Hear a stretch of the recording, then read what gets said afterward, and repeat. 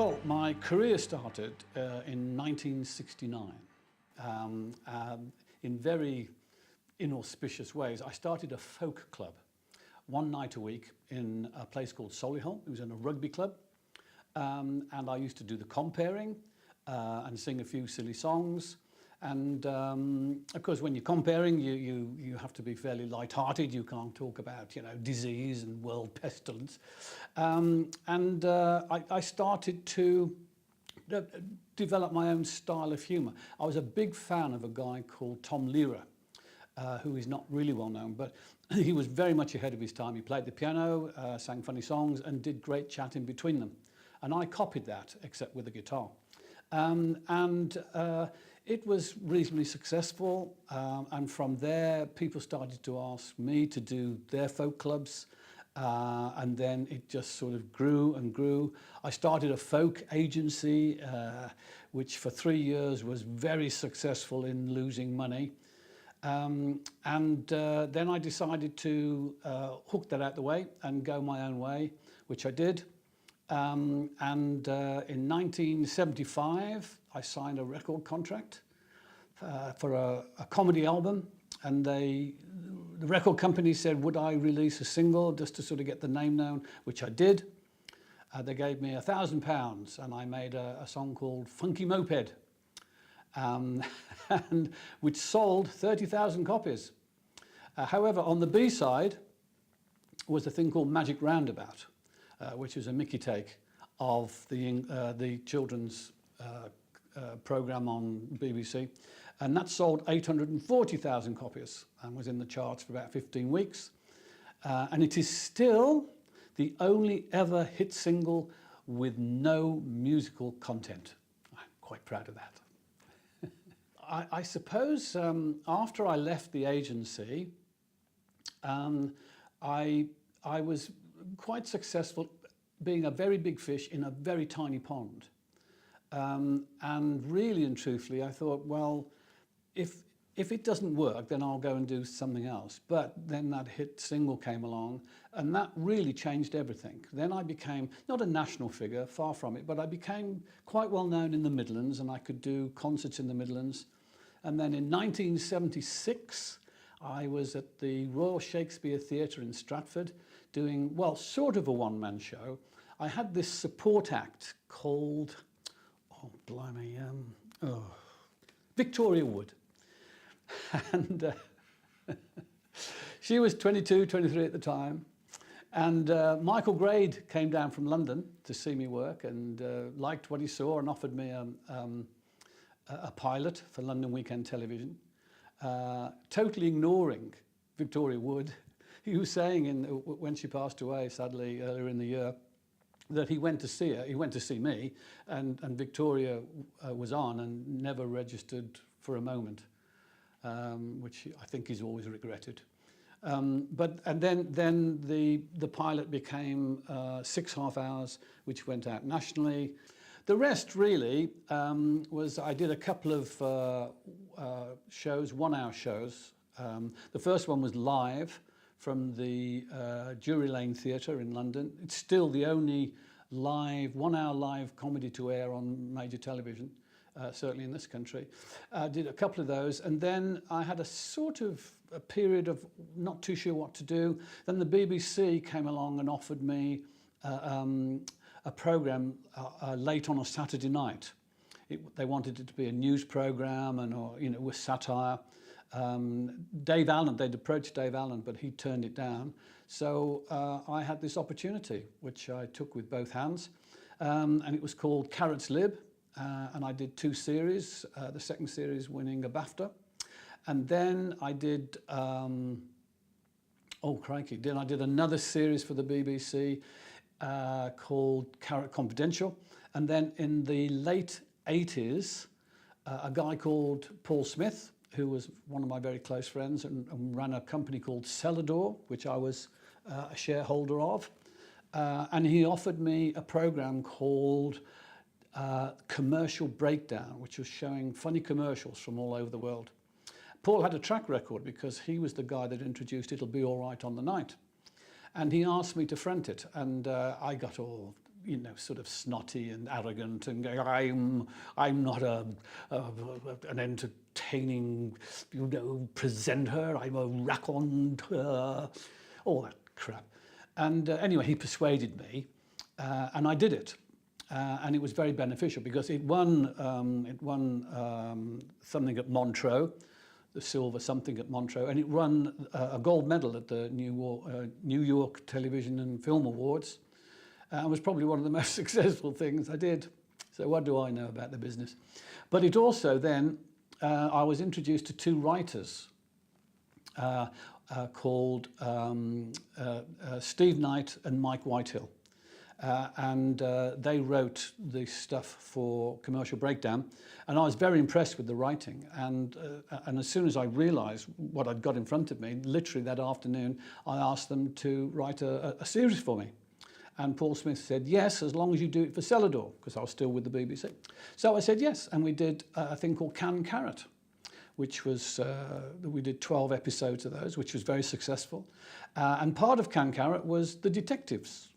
And then the detectives went on to 5 or 6 years of full half-hour programmes. And I think the first time that I came into contact with Fountain Studios was when we did Commercial Breakdown. And then we did most of my shows from Fountain, if I remember right. Mm-hmm. Well, the entertainment business is a big mishmash of everything. TV obviously was a very important part for me. I was a bit fortunate because when I sort of came to be known, there were only 3 channels, which were very hard fought for, of course. And if you got onto TV, it was instant fame. Whereas now, of course, I mean, there's just hundreds of TV shows and TV stations and whatever. So the business has changed enormously. And in fact, TV, I suppose, is not watched by young people very much, you know, in the front room. It's all watched on whatever they call them, WOD pods or something, I don't know. So it has changed enormously. But in those days, I suppose it was fiercely competitive, but I never saw that because I was very fortunate in people always wanted my services. So I never, you know, and I was never up against anybody else for whatever it was. And I always found TV, and in fact the entertainment business full stop, is that you as an entertainer and as the artist that is in front of the camera, it's me that determines the mood out on the stage floor. Because if I'm diva-ish and snotty and throwing my weight around, people turn off. And I learned a long time ago, the first thing you do is you find out the name of everybody, the tea lady, you know, the camera crew, the sound people, and you remember the names. And if you can do that, then you start to build, I mean, it may sound wacko, but you start to build a community, which is what we had at Fountain Studios. It was a community, you know, people were pleased to see me when I was doing the work. I remembered the names, and people would put themselves out to make sure things were right for you. But I always remember it being a very friendly place, and it was genuinely a friendly place, and I was always made so welcome. And everything was laid on, whatever you wanted, it was great. And my wife used to like it too, because they always used to look after her, you know, they thought she was something special, which she is, but, you know, she didn't normally get that. It was a very comfortable setting, I have to say, and it did bring out the best in you. And also, of course, it was, there was never a problem getting audiences. The audiences were just packed to the gunwales. In fact, they had a room where they had to put the people that they couldn't get into the studio into a room to watch me on TV recording the show, yeah. And then I always had to go into the room afterwards and say thank you for coming and all the business, you know. But yeah, a good place to work. Fountain was a great place to work, very convenient, like the BBC was, but even more so, because you could pop into Wembley Stadium after a recording and see an international or something. You know, it's very convenient. And then, having established ourselves there, my first ever producer was a guy called Paul Smith. That was, I did a series for ITV called An Audience with Jasper Carrott. And it was nothing to do with famous people in the audience. It was just ordinary people, but, you know. And that's where I met Paul. And Paul was a very sort of ambitious guy, but very, very moral. So a rare thing, you know, in show business. And he formed a company called Celador, which started out as a post-production video house, you know, so everybody would bring us what they'd shot, and then we'd got all these machines which put them together. But from there, we also formed a company called Celador, which was a production company. And it was Celador, really, that I signed to in 1989 because of this commercial breakdown. And Celador's production company used to use Fountain a lot. We did winning lines and talking telephone numbers. So the connection with Fountain and Celador was very strong. And then when Celador asked me to join them to do a show called Commercial Breakdown, I did that, and that was my real involvement with Celador, because up until then I'd just basically been a shareholder and a supporter of Paul. But now, being an artist, of course, and I was very successful at that time, by being part of Celador, it opened up a lot of doors. So Paul could go to the BBC, could go to ITV, Channel 4, and just say, you know, we've got a show with Jasper Carrott, are you interested? And people, fortunately, at that time were. So it opened up a lot of doors, and Paul met a lot of different people. And Celador went on to be sort of successful. No, it was never, you know, I was never going to be a millionaire out of it until we did a show which was called originally Cash Mountain. And a guy from Capital Radio, who was very friendly with my two writers, Steve Knight and Mike Whitehill, came with this idea how to raise money so that you could give it away, you know, like a load of money, and it would be paid for by people phoning in to try and get onto the show and using that money as a cash prize. And it was changed from Cash Mountain into Who Wants to Be a Millionaire. And Paul Smith was adamant that it would be successful. And it took us 3 years to get on to television. Paul actually mortgaged his house because he believed in it. But everybody said the same thing. Everybody said the same thing. Quiz show, dead in the water. Nobody wants to know quiz shows. No, it's dead, it's gone, don't even bother. But Paul was adamant, and he kept on. And he actually, he took it to a guy called David Lidderman, who'd just taken over London Weekend Television, and also the Independent Television Network, because they'd all combined. Instead of being sort of individuals and working individually, they got them all together. They still work individually, but for the major part of TV, you know, from sort of 6 till 10, ITV was national. And Paul actually played the game with David Lidderman. David Lidderman was in his office, and Paul got all the staff to come in, and David Lidderman had got, I think it was £100 in his wallet or something. And he actually played the game. And David Lidderman was up to about £1,400. And then he didn't go on any further, but he kept the money. So Paul was a bit, yeah, how does that one work, you know? And David Lidderman didn't say much really, just said, we'll let you know. And we never heard anything for about 3 months. And we just thought it was dead in the water. And then we read that David Lidderman had been at either Cannes or Montreux, something like that, and said, we've got this brand new quiz show coming out in the autumn called Who Wants to Be a Millionaire? And we knew nothing about it. So Paul phoned David and said, what's happening with Who Wants to Be a Millionaire? He said, well, we're going to show it. He said, well, you didn't call me. He said, well, there's not going to be a problem, is there? He went, well, no. Mind you, I'm up in the money.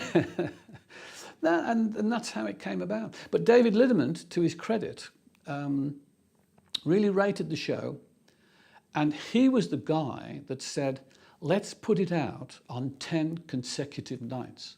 And he did something unprecedented. He cleared the scheduling on ITV at 8 o'clock so that he could show Who Wants to Be a Millionaire between 8 o'clock. I can't remember whether it was half an hour or 45. And he cleared the scheduling. So the very first showing was 10 nights on the trot. And it just took off. It is still the most popular game show ever devised in the world. I think it was 107 different countries took it and stuff, you know. And of course, Chris Tarrant was brilliant. I mean, he was made for it. They offered it me, actually. Seriously, yeah. and of course I was, you know, I got my arrogance hat on. Good heavens, no, I can't do a quiz show. I am a raconteur. What do I know? I know nothing. But I mean, I'm glad I turned in that because Chris was just terrific. Did it 10 times better than I could have ever done. Perfect.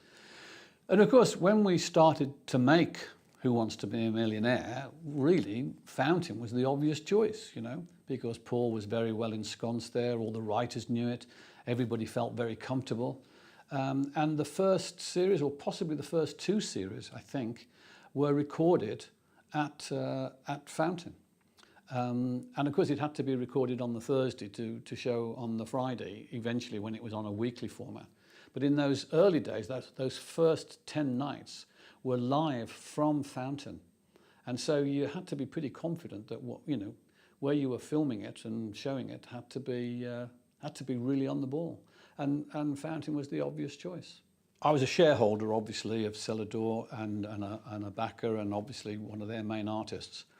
But Who Wants to Be a Millionaire, I had nothing to do with whatsoever, except encouraging Paul, you know, to carry on if that's what he wanted. I never ever said, no, you know, you're chasing a dud rabbit here. But I didn't have anything to do with the construction. That was all to do with Steve Knight, who of course has just done Peaky Blinders, Mike Whitehill, and a guy called David Briggs, and they conceived it between them.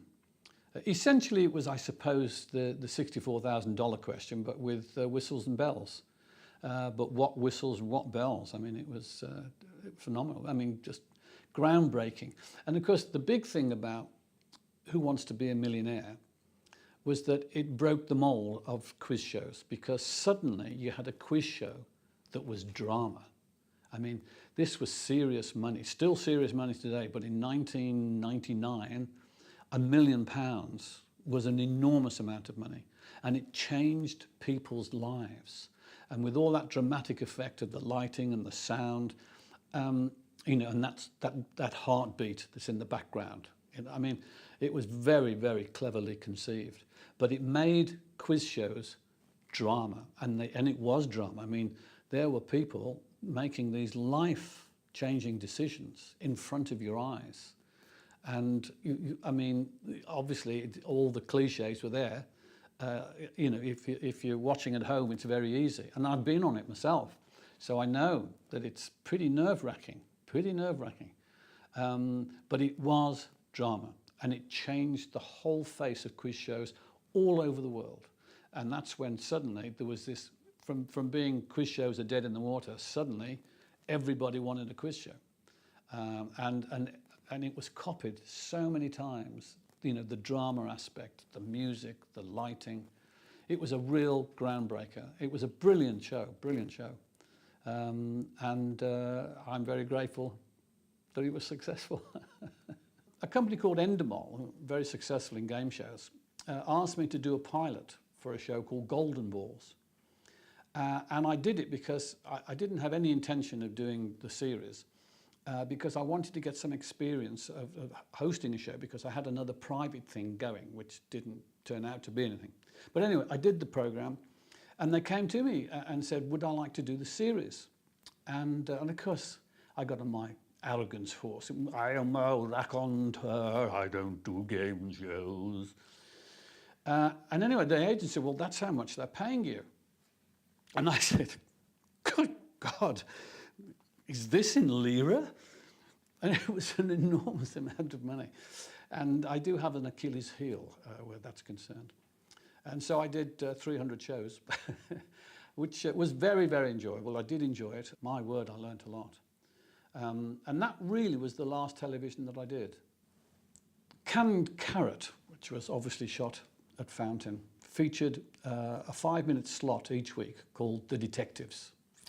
And that's when I roped in a very close friend called Robert Powell, who at that time had a really good reputation for being a serious actor, which I've sort of spoiled with.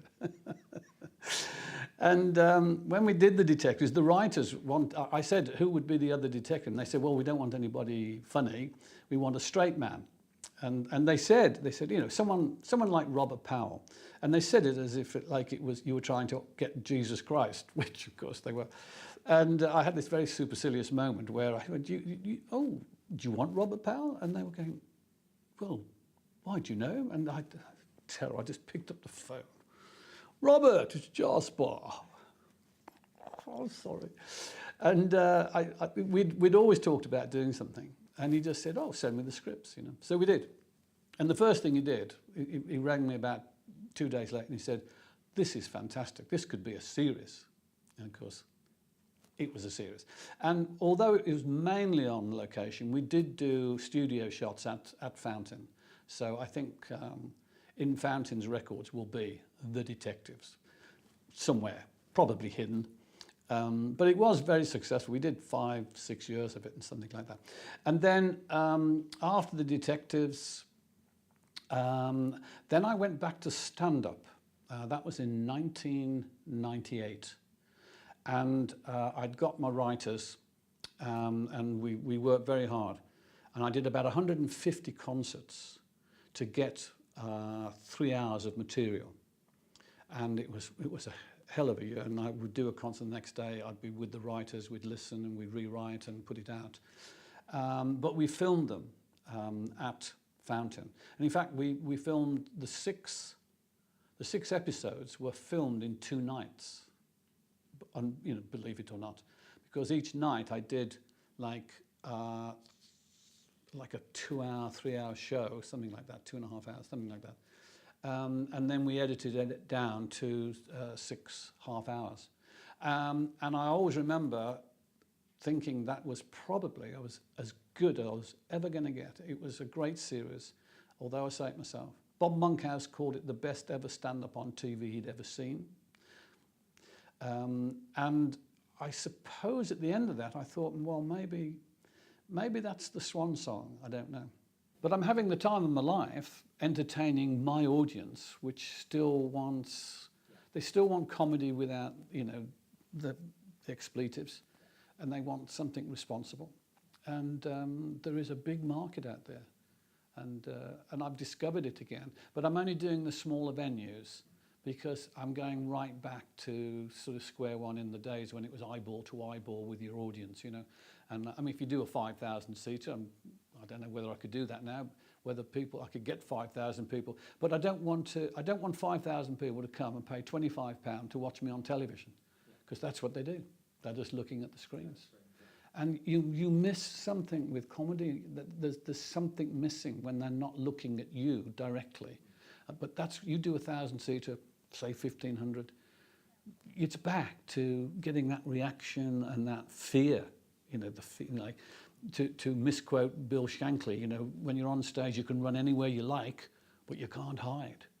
And that sort of adrenaline came back, and I thought, oh blimey, I've missed that. And so I'm working not madly, but doing, you know, about 50 shows a year, and enjoying it like I used to, probably even better.